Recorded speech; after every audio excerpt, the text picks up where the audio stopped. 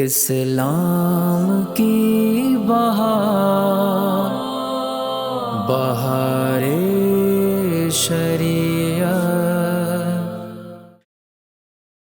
الحمد للہ رب العالمین والصلاة والسلام علی سید الانبیاء والمرسلین۔ ناظرین کرام، السلام علیکم ورحمۃ اللہ وبرکاتہ۔ میں ہوں آپ کا میزبان محمد طاہر قادری اور آپ دیکھ رہے ہیں IDS بہار شریعت۔ اور آج ہمارا جو ٹاپک ہے، عنوان ہے رضاعت اور اس کے مسائل۔ بڑا اہم عنوان ہے، بڑا اہم ٹاپک ہے۔ ظاہر بات ہے کہ جن کے قرب و جوار میں یا جن کے اپنے ساتھ اس طرح کے مسائل یا معاملات ہوتے ہیں، وہ جان سکتے ہیں کہ یہ کتنے اہم معاملات ہیں کہ جن مسائل کو ہمیں سیکھنا ضروری ہے۔ اور ہمارے ساتھ اس پر گفتگو کرنے کے لیے موجود ہیں بہت ہی پیاری خوبصورت علمی شخصیت مفتی سید اویس علی صاحب۔ السلام علیکم ورحمۃ اللہ وبرکاتہ۔ وعلیکم السلام ورحمۃ اللہ تعالی وبرکاتہ۔ مفتی صاحب، بہت پیارا عنوان ہے، بہت خوبصورت عنوان ہے، اور یقیناً بہت کچھ سیکھنے کو ملے گا ہمارے ناظرین کو، ہم سب کو۔ حضرت آغاز کرتے ہیں یہاں سے کہ ہیومن ملک بینک کا معاملہ پچھلے دنوں ہمارے ملک پاکستان میں بہت زیادہ چلا تھا، اس پر کافی بحث ہوتی رہی، اور ایک طبقہ بضد تھا کہ نومولود بچوں کی جان کی حفاظت کے لیے ایسے بینک بنائے جائیں کہ جہاں ہیومن ملک اویلیبل ہو۔ لیکن یہاں پر ایک رضاعت کا مسئلہ آ جاتا ہے، تو کیا آیا اس طرح کے بینک بنانا جائز ہے یا شرعی طور پر اس کی اجازت نہیں ہے؟ بسم اللہ والحمد للہ والصلاة والسلام علی رسول اللہ۔ حافظ صاحب، پہلے میں چاہوں گا کہ تمہیدی کچھ گفتگو ہم کر لیں، اس کے بعد انشاءاللہ جو مسئولہ چیز ہے وہ میں انشاءاللہ عرض کرتا ہوں۔ دیکھیں، اللہ تبارک و تعالیٰ نے جب حضرت انسان کو تخلیق فرمایا تو انسان فطرتاً معاشرہ طلب واقع ہوا ہے، یعنی وہ چاہتا ہے کہ لوگوں کے درمیان رہے، سوسائٹی میں رہے۔ اب اس سوسائٹی میں جب لوگوں کے درمیان رہے گا تو کوئی نہ کوئی قانون، ضابطہ، نظام ہونا ضروری ہے، بلکہ کہنے والے تو یہاں تک بھی کہتے ہیں کہ جنگل کا بھی ایک قانون ہوتا ہے۔ تو جب لوگ رہ رہے ہیں تو اس کے لیے کیا قانون ہوگا، کیا نظام ہوگا؟ تو وہ نظام اللہ پاک نے دیا، اور وہ نظام اسلام کا نظام ہے۔ صحیح۔ اس اسلام کے نظام میں جو قوانین ہیں ان کو شریعت کہا جاتا ہے، جس کی بنیادی جو وجہ ہے، یعنی ان قوانین کو وضع کرنے کی، بنانے کی، وہ 5 چیزوں کی حفاظت ہے۔ صحیح۔ جان، مال، عقل، نسب، دین، یعنی یہ 5 چیزوں کی حفاظت، جن کو ہم مقاصد خمسہ بھی کہتے ہیں، یہ دراصل ملحوظ رکھتے ہوئے شریعت کے جتنے بھی احکام ہیں، جتنے بھی شریعت کے احکام ہیں، ڈائریکٹلی اور انڈائریکٹلی، وہ ان 5 چیزوں کی حفاظت کے لیے بنائے گئے ہیں۔ بالکل صحیح۔ اب اگر ہم اس تفصیل میں جاتے ہیں تو جان کے لیے، حفاظت کے لیے مختلف احکام ہیں، جس طرح مال کی حفاظت کے لیے مختلف احکام ہیں، تو اس میں ایک جو اس کا جو مقصد ہے وہ ہے نسب کی حفاظت۔ اب نسب کی حفاظت کے لیے شریعت نے کچھ احکام بیان فرمائے ہیں۔ بدکاری نہ کرو، یہ بھی نسب کی حفاظت کے لیے ہے، اور اسی کے لیے ایک اور شرعی حکم بیان فرمایا، وہ ہے رضاعت کا۔ یعنی جب کوئی بچہ جس کی عمر 2.5 سال کے اندر اندر ہے اور کسی عورت کا دودھ پیے تو وہ عورت اس کی رضاعی ماں ہو جاتی ہے۔ اب اس کے لیے، یعنی اس بچے کے لیے، وہ ایک محرم بن جاتی ہے، یعنی نکاح ہمیشہ ہمیشہ کے لیے حرام ہو جاتا ہے۔ اس عورت کے جو بچے ہیں وہ اس کے رضاعی بھائی بہن بن جاتے ہیں، اور بعض صورتوں میں جو شوہر ہوتا ہے اس عورت کا، وہ اس کا رضاعی باپ ہو جاتا ہے بعض صورتوں میں۔ تو اب جب یہ معاملہ اتنا حساس ہو گیا کہ جو رضاعی رشتے ہیں وہاں نکاح جائز نہیں ہے، اور ڈائریکٹلی جا کے وہ نسب پر ہٹ کریں گے، تو اس سے یہ اندازہ ہو جاتا ہے کہ نسب کی حفاظت کس قدر اہم معاملہ ہے، اور رضاعت یا دودھ پلانے کا معاملہ کس قدر سینسٹیو ہو جاتا ہے۔ اب جب ہم اس تمہید کے بعد اس مسئولہ معاملے کو دیکھتے ہیں تو ہمارے سامنے جو ہیومن ملک بینک کا تصور آتا ہے، تو ہم اگر اس کی ہسٹری میں جائیں تو معلوم یہ ہوتا ہے کہ بیسیکلی ایک تصور پیش یہ کیا گیا کہ جو بھائی نومولود بچے ہوتے ہیں، بعض دفعہ ان کے ساتھ ایسے ایشوز کریٹ ہو جاتے ہیں کہ وہ اپنی ماں کا دودھ نہیں پی پاتے، اور ان کی جان بھی اس میں چلی جانے کا اندیشہ ہوتا ہے۔ تو ایسی صورت میں باقاعدہ طور پر ایسے ملک اسٹوریج ہاؤسز بنائے جائیں، بینکس بنائے جائیں، جہاں پہ خواتین جو ہیں وہ اپنا دودھ جمع کرا دیں اور وقت ضرورت جو ہے وہ بچوں کو دے دیا جائے۔ بظاہر اپرنٹلی ایک بڑی اچھی اپروچ ہے، بڑا اچھی بات ہے، لیکن جب ہم اس کو اسلامی نقطہ نظر سے دیکھتے ہیں، فقہی نقطہ نظر سے دیکھتے ہیں، شریعت کے آئینے میں دیکھتے ہیں، تو یہاں کچھ ایسی یہاں پر مسائل آ جاتے ہیں کہ جن کے بارے میں اسلام بہت ہی سینسٹیو ہو جاتا ہے. تو جب ہم ان کو دیکھتے ہیں تو معلوم یہ ہوتا ہے کہ بھائی اگر کوئی بچہ ایسا ہے پری میچور بیبی اگر کوئی ہو گیا، لیٹ سپوز 7ویں مہینے میں 6ٹھے مہینے میں کوئی بچہ ہو جاتا ہے اور کسی بنا پر وہ اپنی ماں کا دودھ نہیں پی پا رہا، لیٹ سپوز کی والدہ کے جو دودھ ہے وہ خشک ہو گیا. اسی طرح جو آرٹیفیشل دودھ ہوتا ہے جسے ہمارے ہاں ڈبے کا دودھ کہا جاتا ہے وہ بھی وہ قبول نہیں کر رہا، کوئی دوسری عورت بھی ایسی نہیں کہ اب اس کو جو ہے وہ دودھ پلا سکے. تو اب ایسی صورت میں کیا کیا جائے؟ اس کا ایک حل یہ نکالا گیا جو ہماری وزارت جو کنسرن وزارت ہے، منسٹری ہے، اس نے کہ باقاعدہ طور پہ جو سٹوریج ہاؤسز ہیں یا ملک بینک ہے، ہیومن ملک بینک ہے، ان کا تصور یہاں پاکستان میں لایا جائے. اب یہاں پہ جب یہ تصور لایا گیا تو علماء کی طرف سے اس کے اوپر اعتراضات قائم ہوئے. اس کی بیسک وجہ یہی ہے کہ یہاں پہ جو سٹوریج ہاؤسز کے اندر یا ہیومن ملک بینک کے اندر جو دودھ ہے اب وہ کس کا ہے؟ اب یہاں تو معلومات حاصل نہیں ہو رہی کہ بھئی فلاں عورت کا ہے، تاکہ جب دودھ بچہ پیے تو پھر رضاعت کا رشتہ بھی قائم ہو جائے گا. اب رضاعت کا جب رشتہ قائم ہو جائے گا تو ظاہر سی بات ہے پھر معاشرے کے اندر، چونکہ اب بیسیوں اور لاکھوں کی تعداد میں لوگ جب اس سے متعلق ہوں گے تو پھر نکاح کے اور حرمت کے مسائل بہت تیزی کے ساتھ معاشرے میں پھیلیں گے.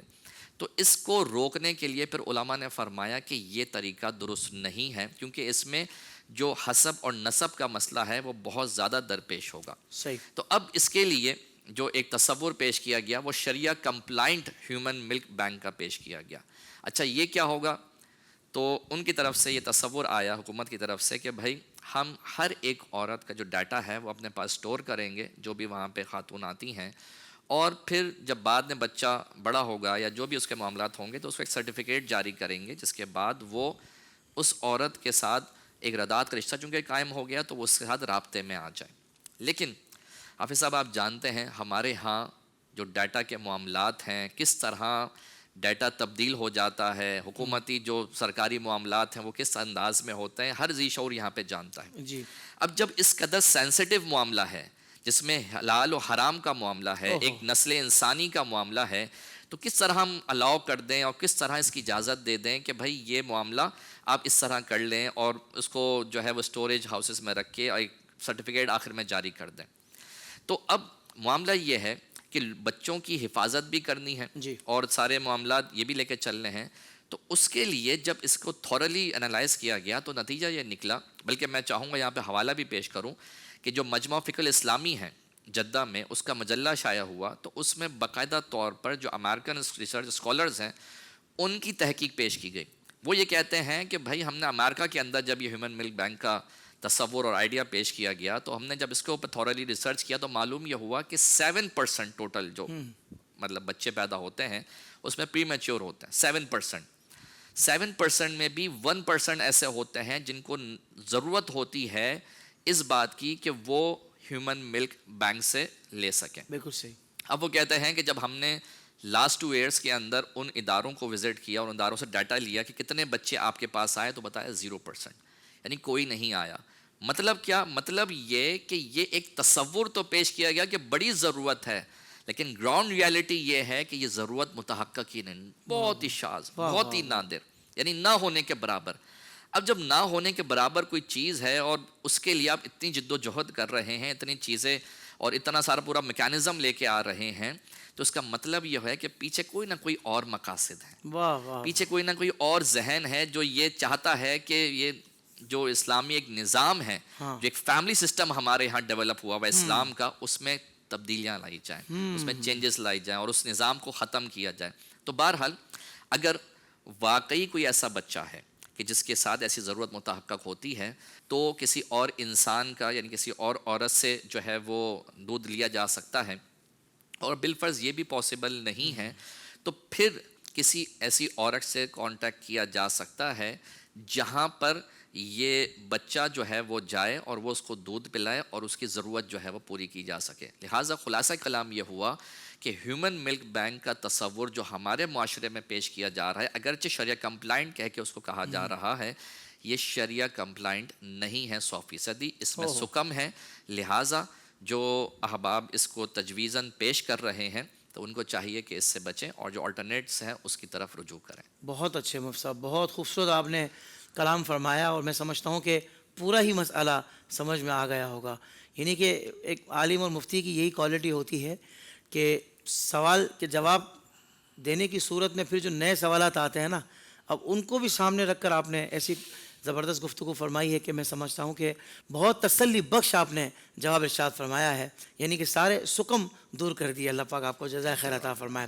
حضرت بڑا اہم سوال ہے کہ کوئی غیر شادی شدہ عورت ہے اور وہ کچھ ایسی ادویات کا استعمال کرتی ہے کہ وہ دودھ اپنے اندر پیدا کر لیتی ہے، پھر کسی شیرخوار بچے کو پلاتی ہے، تو کیا وہ بچہ پھر اس عورت کا رضائی بیٹا شمار ہوگا؟ دیکھیں، بہت ہی اہم سوال ہے اور اس حوالے سے جاننا ضروری ہے، کیونکہ جیسے کہ ہم نے اپنے ابتدائیہ میں ذکر کیا کہ جو رضاعت کے مسائل ہیں یہ بہت سینسٹیو ایشو ہے اسلام کے ڈومین کے اندر.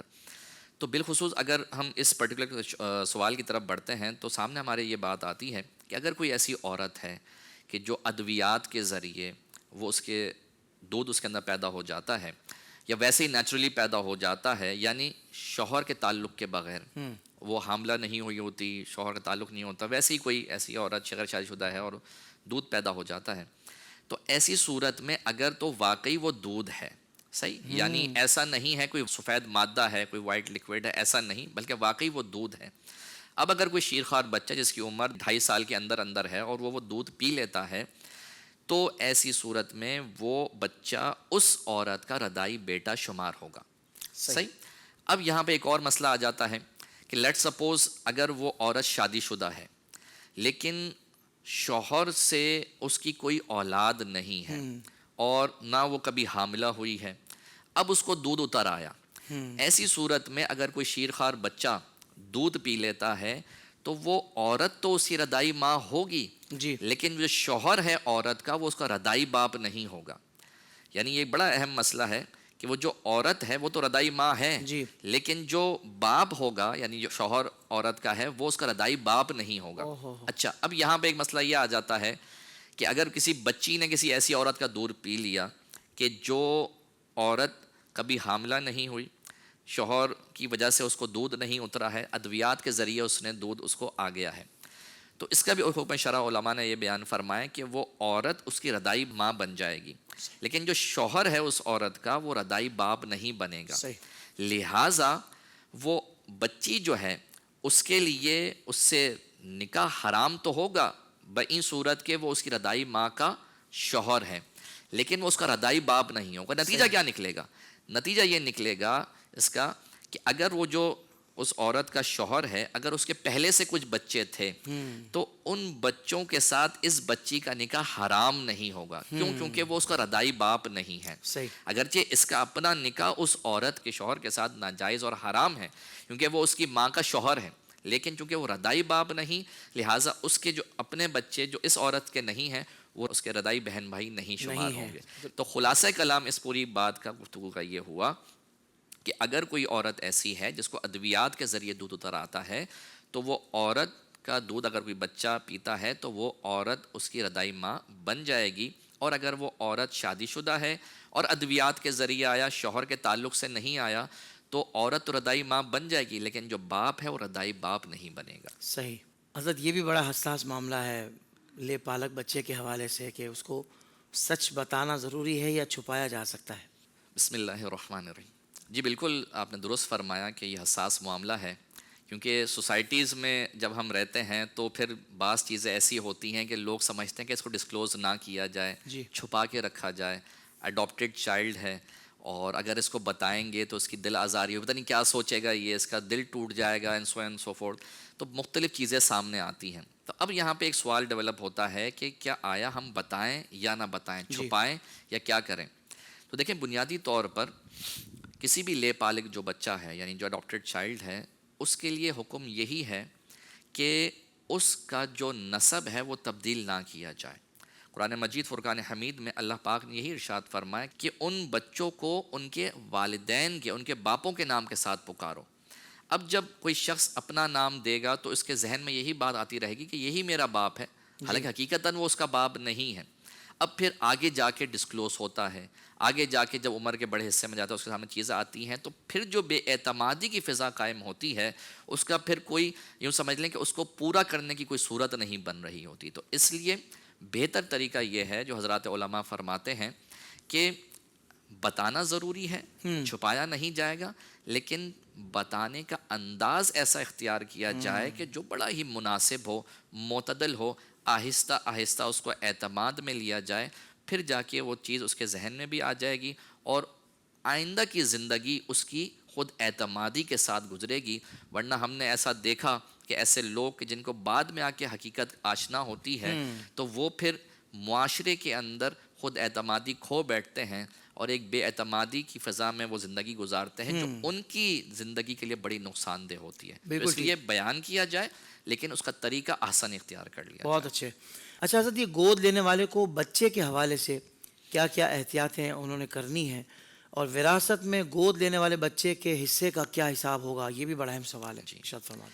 بالکل یہ بڑا اہم سوال ہے، کیونکہ وراثت کے مسائل بالخصوص جب ایک ڈاکٹر چائلڈ کے سامنے آتے ہیں تو وہ بھی اس آسرے میں امید میں ہوتا ہے کہ میں بھی بیٹا ہوں، اتنا عرصہ میں ساتھ رہا ہوں تو اب میرا حصہ بنے گا یا نہیں بنے گا. بلکہ ریسنٹلی میں ایک فتویٰ پڑھ رہا تھا تو اس میں ایک صاحب یہ کہہ رہے تھے کہ بھائی میں تو اپنے کما کے اپنے والد کو دیتا رہا ہوں، جنہوں نے مجھے اڈاپٹ کیا تھا میں ان کو دیتا بھی رہا ہوں پیسے، تو اب میرا کیا حصہ بنے گا. دیکھیں سب سے پہلے تو اگر ہم احتیاط پہ گفتگو کریں تو جہاں ہمارا کلام چل رہا تھا تو وہاں یہ بات بھی ذکر آئی تھی، زیر بحث آئی تھی کہ جو بھی لے پالک بچے ہوتے ہیں، ڈاکٹر چائلڈ ہوتے ہیں، سب سے پہلے ان کے نسب کا جو حفاظت ہے وہ ضروری ہے. اگر آپ کو معلوم ہے کہ ان کے والد کون ہیں تو انہی کی طرف اس کی نسبت کی جائے گی. اس میں پھر اپنی طرف نسبت کرنا، اپنا بیٹا کہنا، ایک ہے منہ گلا بیٹا کہنا کہ عام بھی جیسے ہم اپنے شاگرد ان کو بھی بیٹا کہہ دیتے ہیں، کوئی بچے ہوتے ہیں گھروں کے، بھائی کے، بہن کے، تو ان کو بھی بیٹا کہہ دیا جاتا ہے، وہ ایک الگ بات ہے. لیکن باقاعدہ طور پر اپنا بیٹا کہنا اس معنی میں کہ یہ میرا حقیقی بیٹا ہے، یہ درست نہیں ہے. صحیح. اسی طرح پھر آگے جا کے جو پردے کے معاملات آتے ہیں، جیسے مثال کے طور پر آپ نے ایک بچہ اڈاپٹ کر لیا، اب بچہ کو اڈاپٹ کرتے ہوئے جب وہ بالغ ہو گیا تو اب اس بچے کا آپ کی زوجہ کے ساتھ پردہ ہوگا، یعنی وہ پھر نامحرم ہوگا. تو نامحرم کے جو مسائل ہیں وہ بھی پیش نظر رکھنا ضروری ہیں جب تک رضاعت کا کوئی رشتہ ثابت نہ ہو جائے.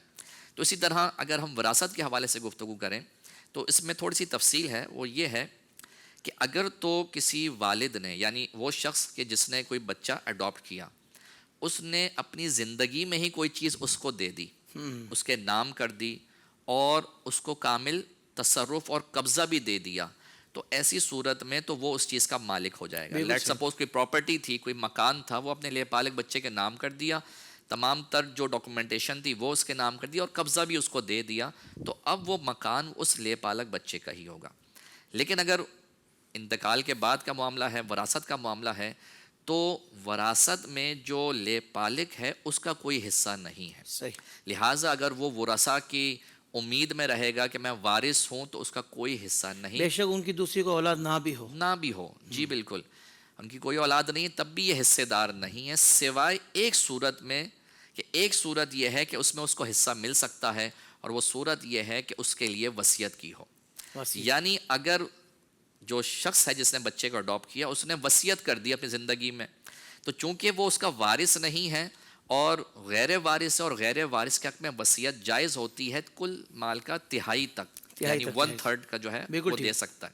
تو اگر اس طرح کی اس کی وصیت کی ہے تو 1/3 تک وہ حصہ اس کو مل سکتا ہے، اس کے علاوہ اس کے لیے کوئی حصہ نہیں ہے. ہاں بطور استحباب اگر دیگر رشتہ دار جو دیگر ورثاء ہیں کچھ اس کو دینا چاہیں تو یہ دینا چاہیے، یہ استحبابی معاملہ ہے. تو ساتھ یہ بھی ارشاد فرما دیں کہ جس کا یہ حقیقی بیٹا ہے وہاں تو وراثت میں اس کا حصہ ہوگا. جی بالکل، جس کا یہ حقیقی بیٹا ہے تو وہاں تو بالکل اس کو وراثت میں چاہے ساری زندگی پالا نہیں ہے. بالکل، چاہے پوری زندگی نہ پالا ہو. بلکہ وراثت کے معاملات تو ایسے ہیں کہ بعض دفعہ لڑائی ہوئی ہوئی ہے، جھگڑا ہوا ہے، دوریاں ہوئی ہوئی ہیں، لیکن وراثت کے معاملے میں یہ دوریاں سب سائیڈ میں ہو جاتی ہیں. اگر وہ وارث بن رہا ہے تو اس کو حصہ ملے گا. بالکل ٹھیک، بالکل ٹھیک ہے. آخر میں صاحب یہ ارشاد فرما دیں کہ اگر کسی لاوارث کو گود لیا جائے تو کاغذات وغیرہ میں اصل والد کی جگہ پرورش کرنے والے کا نام لکھنا کیسا؟ کیونکہ پھر اب اصل والد کا نام معلوم نہیں ہے تو آپ کو شناختی کارڈ میں اور دیگر جو ڈاکیومنٹس ہوتے ہیں وہاں نام کچھ نہ کچھ دینا پڑتا ہے، تو اس صورت میں شریعت کیا رہنمائی کرتی ہے؟ جی بالکل ایسا ہی ہے کہ یہ مسئلہ ہمارے معاشرے میں بہت بڑا ایگزسٹ کرتا ہے اور لوگ اس حوالے سے بڑے پریشان بھی ہوتے ہیں، کیونکہ وہ یہ سمجھتے ہیں کہ بھائی اگر ہم نے نام چینج نہیں کیا تو بھائی ڈاکومنٹیشن میں پھر پاسپورٹ بنوانے میں سو اینڈ سو جتنی بھی چیزیں ہیں اس میں بڑی مشکلات آئیں گی، تو ان مشکلات کا حل وہ یہ نکالتے ہیں کہ بھائی نام ولدیت میں چینج کر دیتے ہیں اور اپنا نام لگا دیتے ہیں۔ اب سوال یہ ہے کہ بھائی اس طرح کرنا درست ہے یا نہیں ہے، تو اس کا سمپل سا جواب اگر ہم جاننا چاہیں تو پہلے ایک اصولی بات ہم جان لیں کہ نبی پاک صلی اللہ علیہ وسلم نے ارشاد فرمایا، صحیح بخاری کی یہ روایت ہے، فرمایا کہ من ادعا الی غیر ابیہ، کہ وہ شخص کہ جو اپنے والد کے علاوہ کسی اور کی طرف اپنی نسبت کرے، وَهُوَ يَعْلَمُ أَنَّهُ غَيْرُ أَبِي، اس حال میں کہ وہ جانتا ہو کہ یہ فلاں میرا باپ نہیں ہے، اس کے بارے میں فرمایا فَالْجَنَّةُ عَلَيْهِ حرام، تو اس کے اوپر جنت حرام ہے۔ تو اس سے نتیجہ یہ نکالا گیا کہ بالکل جائز نہیں ہے کہ کوئی شخص جو ہے وہ اپنے باپ کی جگہ کسی اور کا نام لکھے۔ وہی بات جو شروع میں ہم نے ذکر کی ہے کہ نسب کی حفاظت شریعت کے اہم مقاصد میں سے ایک مقصد ہے، تو اس کی بقا کے لیے، اس کی حفاظت کے لیے نسب کو برقرار رکھنا اور اس میں تبدیلی نہ کرنا یہ ازحد ضروری ہے، تو اس لیے اس کی اجازت نہیں ہوگی۔ لیکن وہی بات کہ شریعت کا معاملہ یہ ہے، اور شریعت کے بڑے خوبصورت اصول ہیں، اور ایک اصول جو ہے وہ اکثر میں طلباء کے سامنے پیش بھی کرتا ہوں کہ یعنی جب معاملہ تنگ ہوتا ہے نا تو وسیع ہو جاتا ہے، یا ضرورات و تبیح المحظورات، کہ جو ضرورت ہے، مجبوریاں ہیں نا، یہ محظورات ممنوعات کو مباح کر دیتی ہیں۔